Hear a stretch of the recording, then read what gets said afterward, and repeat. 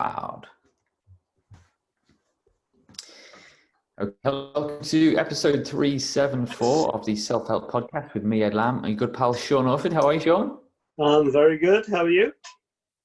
I'm good, thanks. Yeah, I mean, I was thinking, we could probably meet up soon and do one of these, someone's garden, or are we allowed to do it in homes yet, or in offices?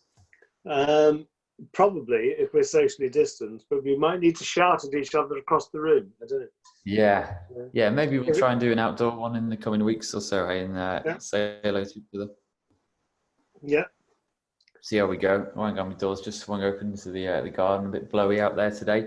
We're talking about holidays this year, and we usually around this time of year we do a holiday special, kind of talking about the ups and downs of holidays and how they're not always the healthiest things for us, despite us assuming that they might be.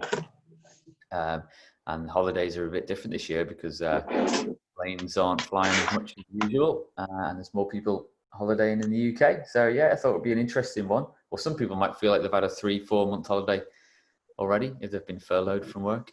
So we'll come on to that shortly. liveinthepresent.co.uk for all show notes and links as ever. Do get in touch if there's anything you'd like us to discuss. What you've been up to, Sean? How's life? Life is good. And the subject today is very topical because we will be going away in a couple of weeks' time. We'll be doing, I think it's 3 weeks' time. We're doing one short few nights in a shepherd's hut in the middle of nowhere. So there's no, we'll be there and be self-contained in that. And then we'll be going and staying, where we go and stay up in a corner of Eden in the barn, which is a really lovely place to be. And again, it's away from everybody. So there's none of those kind of coronavirus issues in any of that. Whereas it was when you're looking on the screen, it's like, oh my God, when you're looking at what's going on. But we're looking at the ideas of what do we do? And it is very topical. What do we do? We've been talking about buying the camper van thing. And do we do that? Or do we get a caravan somewhere like you've got a static van that everybody goes to? But that's got to be somewhere that you really like to do. So loads of questions going on. Yeah, it's fascinating stuff as ever. I mean, acknowledging that, as always, that there's some real hardship going on out there on planet Earth. And I think the realization is dawned on people that this is going to be with us a long time, months, years, potentially.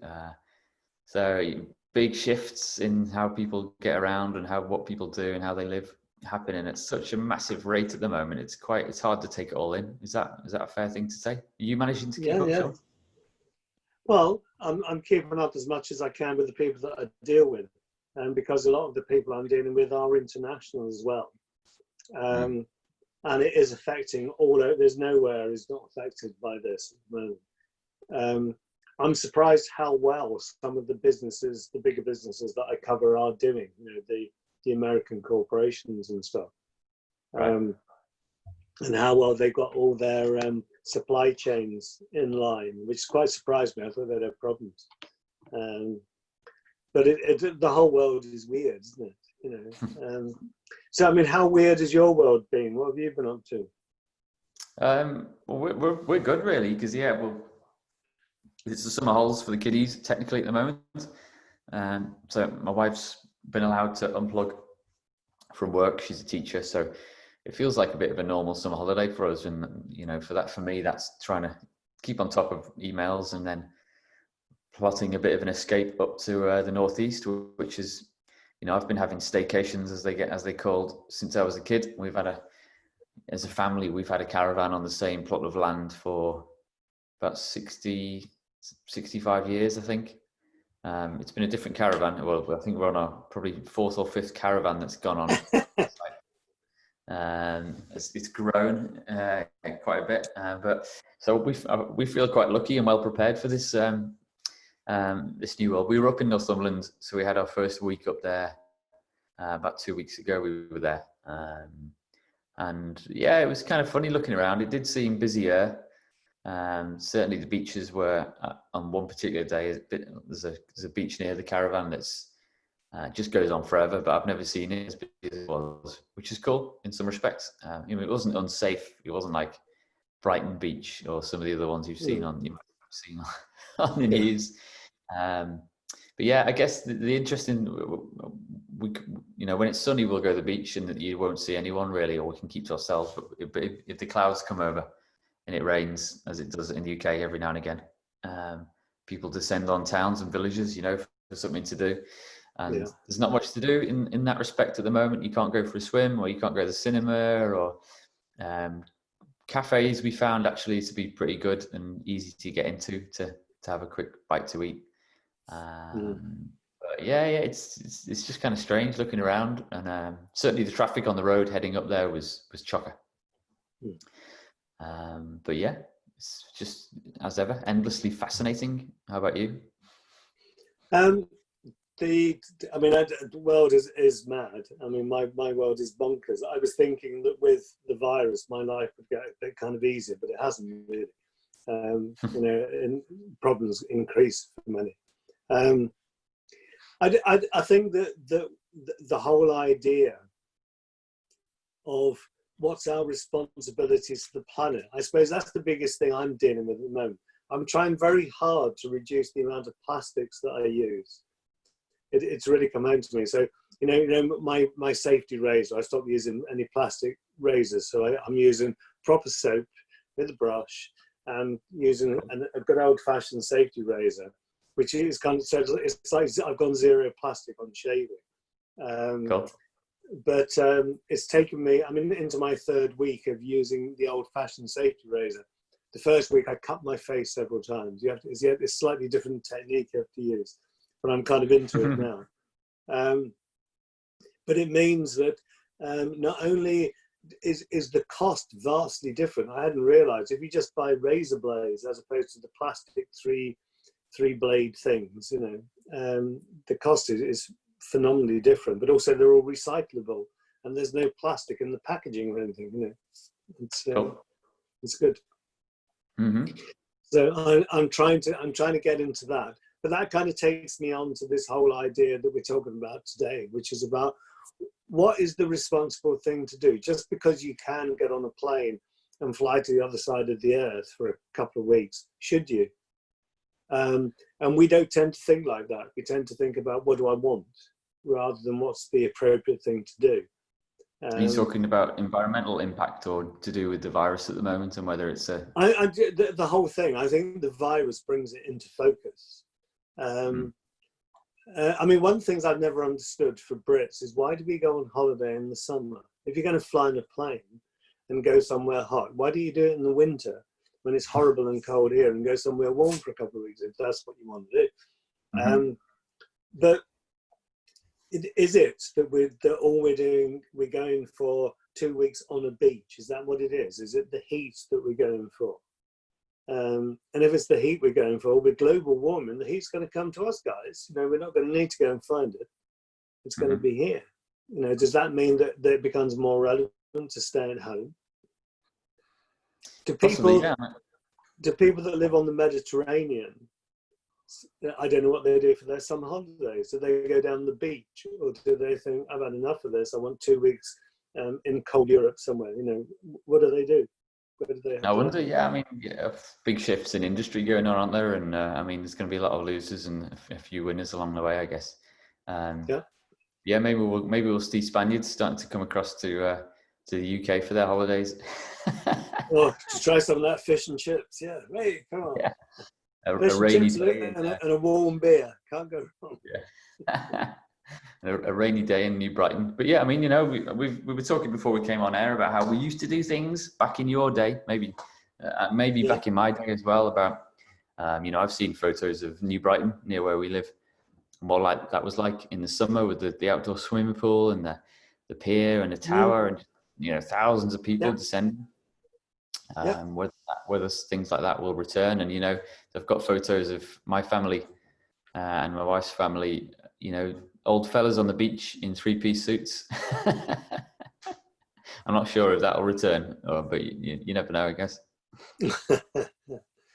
Yeah, but that whole thing, we talk about staycations, and your staycation is about staying in Britain and driving for 4 hours to get to your caravan, kind of thing.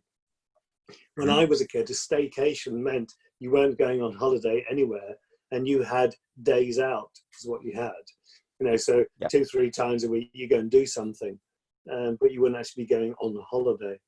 And that was a real staycation because you stayed at home, kind of thing. But I don't know. I mean, one of the things when I look at it, I was saying to you earlier, it's like for a couple of years, I was flying out to the Middle East every month and going out there and doing stuff. And I was just doing it because I was getting on the plane like it was a bus taking me to work. I wasn't really connected with the implications of getting on a plane every 3 weeks, getting on the plane and coming back a week later, kind of thing. And when I look at that now, and I look at that phenomenal footprint that I've had over the last few years, and then I look at what we're doing planet-wise, environment-wise, climate-wise, plastics-wise, COVID-wise, it's like we don't seem to, or we seem to have lost touch with stuff. And I feel like I'm just beginning to kind of reconnect with the world. I've been off in a bubble somewhere doing stuff and working with people and all kinds of psychological and emotional issues. And all around that, we could all be amazingly emotionally together and come out from behind the bubble, and the world's fallen apart because the actual infrastructure of the world has broken down. So it's quite profound for me, all this. Yeah. Well, no, and I mean, there's a quite obvious and literal way the virus has spread through, through our transport network. Especially, particularly from country to country. Through, I mean, it moved through Europe early on from the kind of airline industry through ski holidays. I think in Italy, northern Italy, and then going back to Germany.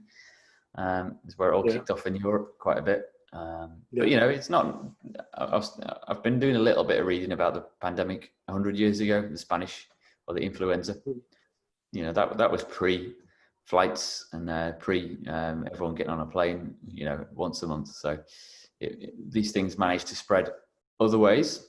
But again, I was reading an article on the BBC earlier this week as well about people who are risking the cheap holiday offers that are on offer, because I think you can go to Spain, tomorrow if you wanted to. You could get on a plane to Mallorca or Ibiza. It's whether you can get back or not is the issue.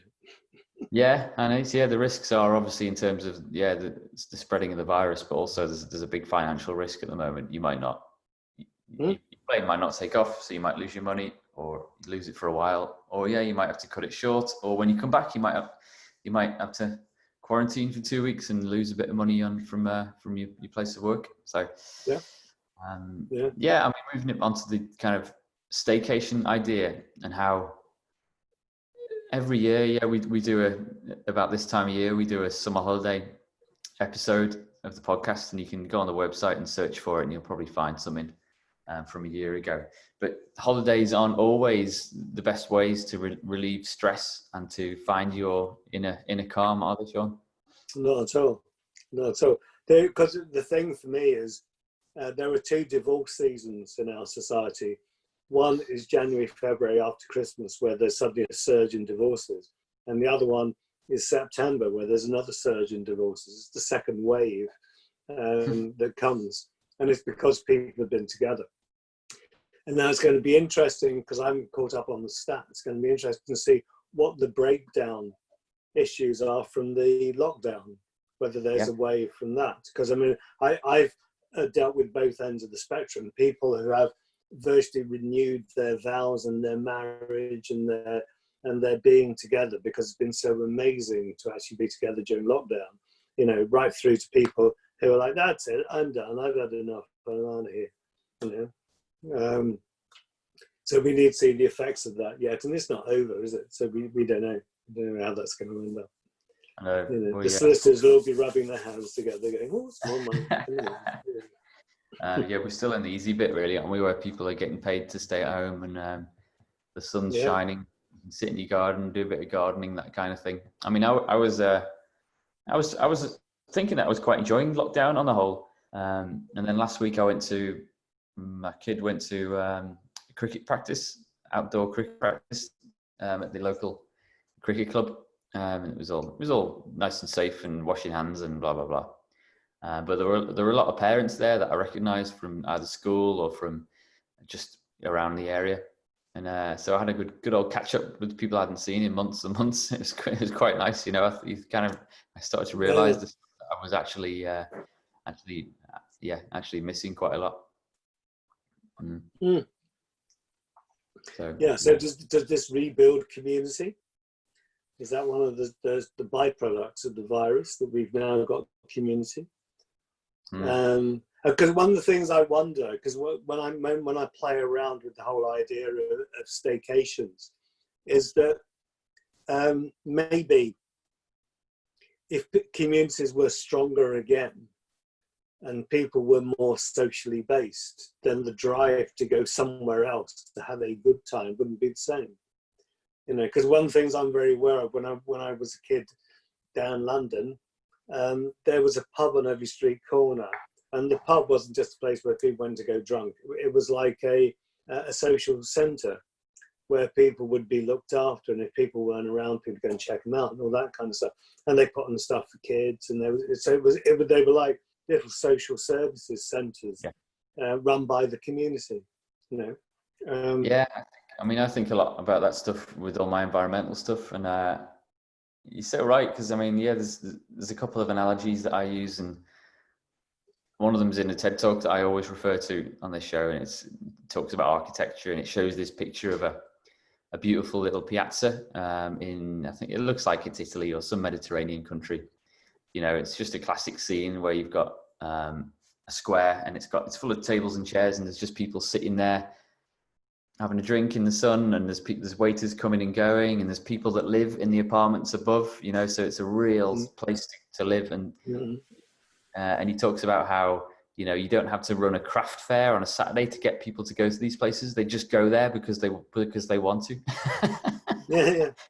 And then you think about how we spend a lot of money, and I do, to go to these places and experience them, and we could have them on our own doorstep if we wanted. It's like, I'm fascinated by it. You know, why don't we? I've never been to a centre parks, but I believe that they're quite a nice little car-free oases for suburbanites to go to, and, you know, spend a couple of grand and a week, you know, enjoying the beauty of like no cars and that chill vibe, and then they go back to their kind of suburban chaos and complain when someone says maybe this road should be 20 miles an hour, or maybe we should, you know, give up some parking on this street so kids can play out. I'm just like, no. Why don't we want these places where we live?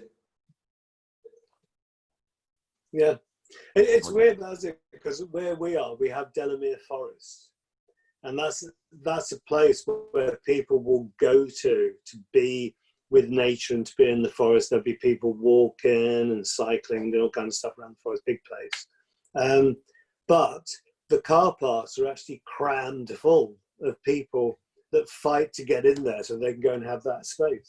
And it's like a weird contrast, isn't it?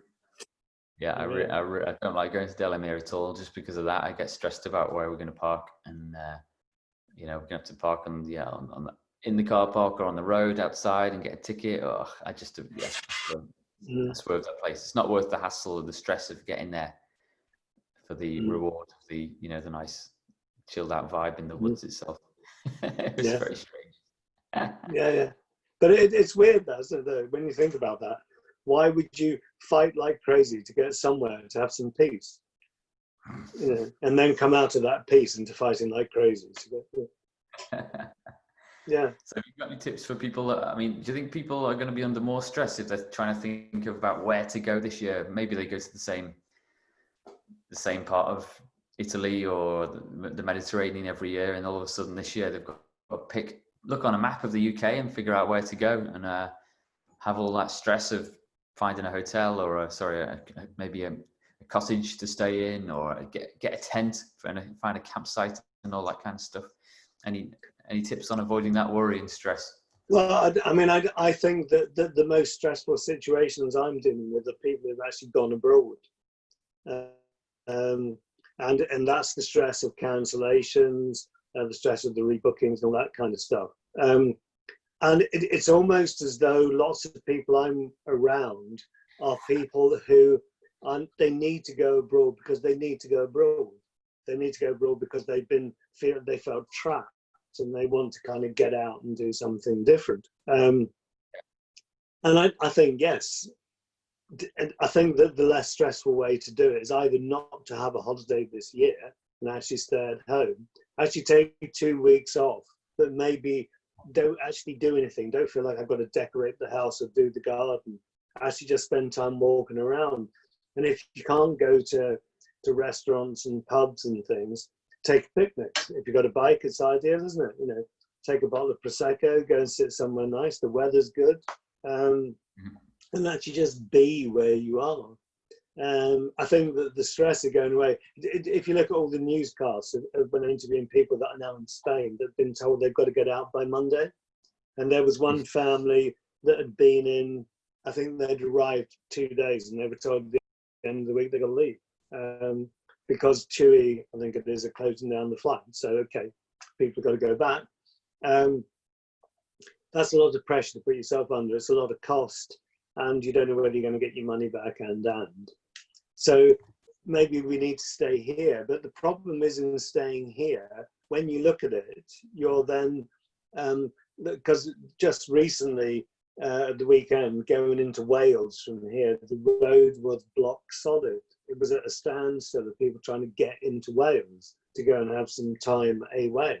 So again, we're fighting through the traffic to get to that peaceful place. You know, and then when you get there, is it that peaceful place where you can chill? Because is it full of people that are all kind of, I need to have a good time kind of stuff. So maybe having a nice, easy time at home. It fascinated me that in the lockdown, one of the things that sold out were the hot tubs and the spas, because people just wanted to be able to sit in the garden and just chill. And maybe that's it. You know, maybe that it's those kinds of things. So, I mean, one of the things I think is good, because if you go into a caravan and you just hired a caravan, and the caravan's had other people staying in it, and however well it's cleaned, it's still likely at some point to have some kind of virus lingering somewhere. At some point, you know what I mean? It's like we don't know any of that, do we? And same with a hotel. Whereas if you have your own space, which might be a camper van indeed, but the easiest space to create is a tent, is to a tent and go and find a lovely place to be where you can be in a situation which is socially distanced, but it's your place. So it's your virus. There's no one else's. You know, you keep it in. So I'm thinking that this year staying in the UK is good. Staying probably quite local, because I mean, for us, we can go to the Lake District or we can go to Wales, which is like an hour to 2 hours away, and do something like that. So maybe there are things that are more local. But that idea of doing something which is sustainable and is kind of easy. And I noticed looking online that things like tents are being sold for buttons. You know, they're obviously trying to get the market going. So, and I think those things are likely to be the least stressful. You know? Probably, yeah, and it's a good. I mean, yeah, looking longer term, for my eye on sustainability, like trying to teach ourselves how to have more sustainable breaks and away. It's probably a good time to practice it, isn't it? And you know, and we've got a bit of work to do, because I'm trying to figure out how we would get to our caravan without a car if push came to shove, or if I was really serious about, you know, kicking the habit. So yeah, it's for me, it's train. You know, we're quite lucky. There's a train station that the London to Edinburgh line stops near our caravan site, so we could get a train to there. And if we had bikes with us, if there was capacity on the train, we could cycle quite easily to the site, or we could get a taxi. You know, to do that last mile or last few miles. So yeah, but we were chatting before we came on, like back in the day, Yeah. when people holidayed in the UK, they used to send on their stuff in a trunk ahead on another train line or something like that. Yeah. When I was a kid, the whole council estate would empty out into trains, and there'd be the train that was going to Cornwall, the one that was going to Dorset, the one that was going to Devon, the one that was going to Norfolk, and off you'd go for your 2 weeks holiday. It was always 2 weeks. I don't know why, 2 weeks. And then you'd be on the same train coming back with the same people. And you had to book your seat, and you wanted a seat with the table so you could do your colouring on the table, all that kind of stuff. Yeah. And that was, now I think of it, the world then was very, I suppose, ergonomically and ecologically more friendly, in the sense that people did a lot of walking, and they did a bit of bike riding. Hardly anybody had a car. You were posh if you had a car. And everybody went on the bus, they went on the train, and thinking about it as a child, it was normal. It wasn't like an onerous task. It was a normal thing to do. Whereas now, when you think about, I've got to get organised, it can feel like a bit of a faff. But I suppose if you're in the habit of doing it, you're doing it. Big time. Yeah. I know that amazing e-bike of yours. You could lug some stuff on that. You could get a trailer for it quite easily too, couldn't you, man? You could pull an amazing amount of kit. Yeah. I have to give a shout out here for Nanny Pam, who's in her 70s, and she went on her first long bike ride with us. So she did about 11 miles, and which was amazing. But the thing that I realised, because we were going along the seafront and we were riding into the wind, and she was really having to work some in the wind, and all I have to do is just click up a power setting on my battery, and I just hardly pedal and I'm sailing along. It is such an extraordinary machine. It does make your life very, very different as a form of transport, not as a form of exercise, but you can turn the power off and just ride it on, if you're on the flat. You don't have to have the power assisted stuff on. But she made it all the way to West Kirby or something like that, or Hoylake. Where did you get to? No, we went right the way through from, she came from her place to us, and then we went down to the front and went right to West Kirby and do you remember where the Viking was? Mm-hmm. It's now called Leaf. So we went there and had some food and then came back again. It was great. Very nice. Yeah, cool, man. Yeah. Well, I think there are rumours afoot that the government's going to dish out some kind of grant or discount for e-bikes. Right, yes. No, that's a good idea. Up to 30%. The rumour is that you're going to be able to get 30% off an e-bike, which I'd be all over that. Is like, because they're proper car killers, potentially, e-bikes, aren't they? Yeah. They do make it so easy. I wonder whether we should get to the point in the UK where we have throttle bikes, where you don't, you can, because I have to pedal mine to get the power to work. Whereas maybe there's some, where you just had one that would maybe do 20, 30 miles an hour. And you'd have to have insurance and licenses and stuff. I'm sure. I'm sure. Yeah.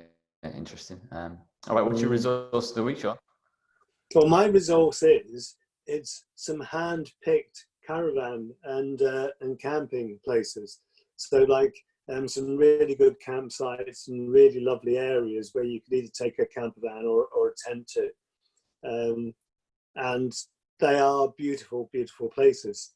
And if you're going to look at doing something which is a staycation, but you want it to be a bit exotic, then you want to go and stay places that are pretty special. So it shows you that there are some pretty amazing places in the UK. There are, and I need to visit them, because we just go to Northumberland all the time. But I need to have a look. And I think the VAT on that kind of stuff has been cut dramatically at the moment. So there's some good deals out there right now, I think. But also, have you seen the thing about eating out now? That you get £10 to go and eat in a restaurant. I know, I was laughing because they just announced their obesity strategy last week as well. So It's like, yeah. So there's obviously trying to push people to get on bikes as well. So it's like, eat out, get yourself fat, and then get on a bike to burn it all off. Yeah, eat out to help out all throughout August, isn't it? It's quite interesting. I wonder why they didn't hone that into healthy eating things rather than, because it's true for fast food as well, that you can do it. Yeah, I know you can't. It doesn't apply to booze, to alcohol, does it? But no. I don't know. It's worth a shot, I guess. Let's see how it goes. I'm going to mention the classic rubbish movie Couples Retreat, which I haven't seen in a while, but it's a bit of a comedy about a few couples that go away on holiday and get up to all sorts of mischief. It's rubbish, but it's worth watching. Is it fun? It's a lot of fun, but it's set in Bora Bora as well, so it's not quite Northumberland or the Norfolk Broads. So you'll just have to mentally swap that out when you're thinking about this stuff. But hey, cool. All right, you happy, Sean? Yeah, I'm good. I'm looking forward to going to our little mini breaks as staycations in the UK, which is good. Because normally we would have been off to one of the lakes in Italy, that kind of thing, driving down there. You know, so a very different year for us. Yeah, indeed. Well, I hope everyone enjoys it, and it's going to be interesting to see how it goes. All right, Sean. Well, we'll catch up soon, and everyone out there, take care. Yeah, you take care. Bye. See ya. See ya. Bye.